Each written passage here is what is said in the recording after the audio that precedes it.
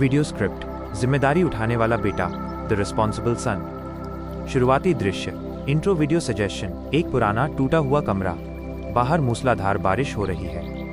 एक 16-17 साल का लड़का अपनी फटी कमीज की आस्तीन से माथे का पसीना पोंछ रहा है और अपनी बीमार माँ के पैर दबा रहा है। तारांकन, वॉइस ओवर।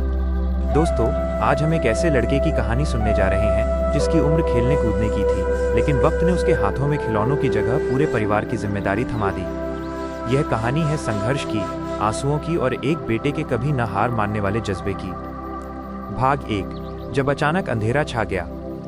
ये कहानी है एक छोटे से गांव के रहने वाले राघव की। राघव के परिवार में उसकी माँ, एक छोटी बहन ज्योति और उसके पिता थे। पिता शहर में एक कंस्ट्रक्शन साइट पर दिहाड़ी मजदूरी करते थे। घर में गरीबी जरूर थी, लेकिन पिता की मेहनत से किसी तरह दाल रोटी चल रही थी और राघव अपनी 10वीं की पढ़ाई कर रहा था। लेकिन कहते हैं ना कि किस्मत कब करवट बदल ले, कोई नहीं जानता। एक मनहूस दोपहर गांव में खबर आई कि शहर में एक इमारत ढहने से राघव के पिता का एक्सीडेंट हो गया और वे इस दुनिया को छोड़कर चले गए। इस खबर ने पूरे परिवार को हिलाकर रख दिया। माँ का रो रो कर बुरा हाल था और छोटी बहन कोने में बैठी कांप रही थी। 16 साल के राघव की आंखों के सामने अंधेरा छा गया। पिता का साया उठते ही कर्जदारों ने घर का दरवाजा खटखटाना शुरू कर दिया।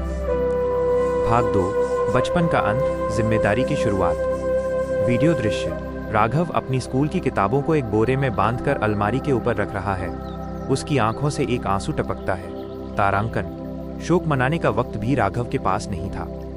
घर में राशन खत्म हो रहा था। माँ सदमे के कारण बीमार रहने लगी थी और बहन की स्कूल की फीस भरनी थी। एक सुबह राघव ने एक बड़ा फैसला लिया। उसने अपनी स्कूल की ड्रेस उतारी, किताबों को समेटा और माँ के पास जाकर बैठ गया। उसने माँ के हाथ अपने हाथों में लिए और कहा, माँ, बाबूजी चले गए तो क्या हुआ? जब तक मैं जिंदा हूँ तुम दोनों को कभी भूखा नहीं सोने दूंगा।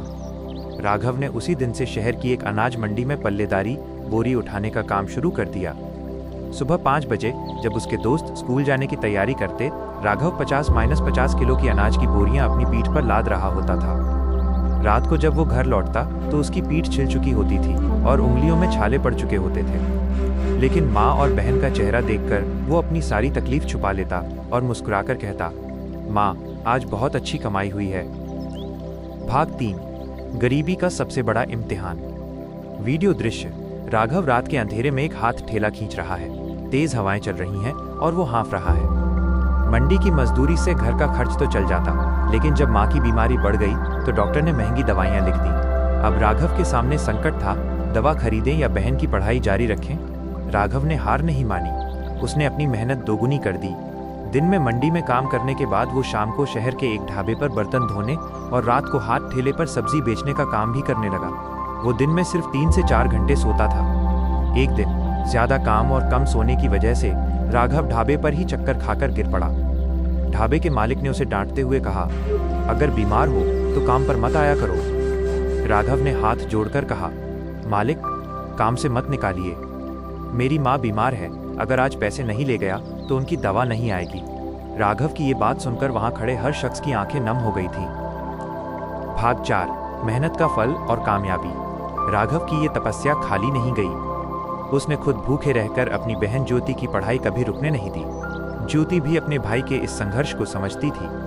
वो रात रात भर मोमबत्ती की रोशनी में पढ़ती थी। सालों बीत गए। राघव ने अपनी जवानी, अपनी खुशियां, सब कुछ अपने परिवार के लिए कुर्बान कर दिया और आखिरकार वो दिन आया जिसका सबको इंतजार था।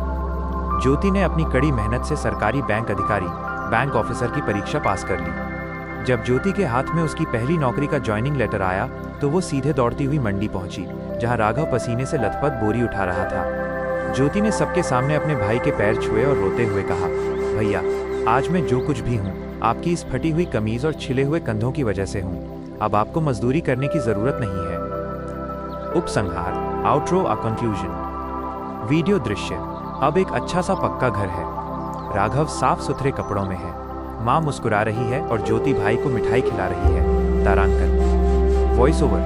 दोस्तों, जिम्मेदारियां इंसान को उम्र से पहले बड़ा और मजबूत बना देती हैं। राघव ने साबित कर दिया कि एक सच्चा बेटा बना देती हैं।